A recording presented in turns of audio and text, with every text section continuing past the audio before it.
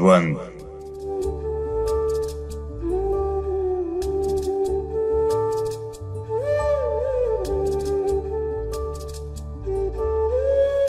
د یوې چینې اوبه دي، څوک یې د زرو په جام کې څښي، څوک یې د خاورو په کنډولي کې.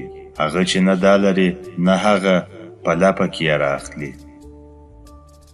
په اوبو کې هیڅ فرق نسته، فرق په لوښو کې دی.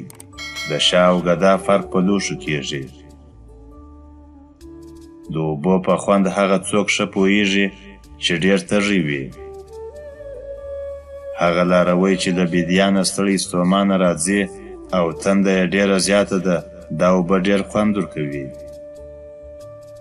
هغه دهقان چې په سره غرمه کې یوې کوي او خولې پرې راماتې دي، دا اوبه د هغه لپاره ډېر لوی نعمت دی. یو شپون چې له غره څخه تږی راکوزیږي او په چینه باندې خوله ږدي، د اوبو په خوند ډېر ښه پوهیږي.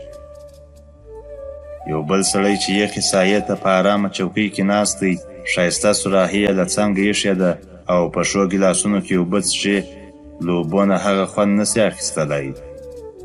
هو، د لاروي او شپنو تنده نه ده لیدلې. په سره او ټاکنده غرمه کې یې لو نه دی کړی، ځکه هغه تلوسه په ده کې نسي پیدا کېدای.